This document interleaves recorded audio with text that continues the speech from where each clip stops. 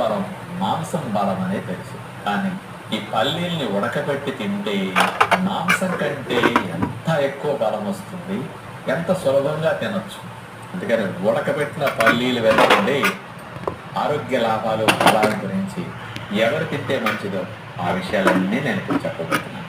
100 గ్రాములు వేరుశెనగ పప్పులు పల్లీల్ని తీసుకుంటే మనం డైరెక్ట్గా ఎండు వాటిని కిరాణా షాప్లో తెచ్చుకుంటాం కదా, 567 క్యాలరీలు శక్తి లభిస్తుంది. అందులో 25 గ్రాముల ప్రోటీన్ ఉంటుంది. దగ్గర 40-45 గ్రాముల ఫ్యాట్ ఉంటుంది.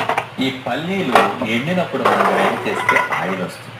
వీటిని నానబెట్టాక గ్రైండ్ చేస్తే పాలు వస్తాయి. వేపిన తర్వాత గ్రైండ్ చేస్తే బటర్ వస్తుంది. ఇవన్నీ మీకు తెలుసు. బటర్ వెగటగా ఉంటుంది. వేపిన పల్లీలు కూడా వెగటే, కానీ రుచి బాగుంటాయి. కానీ పచ్చి పల్లీలు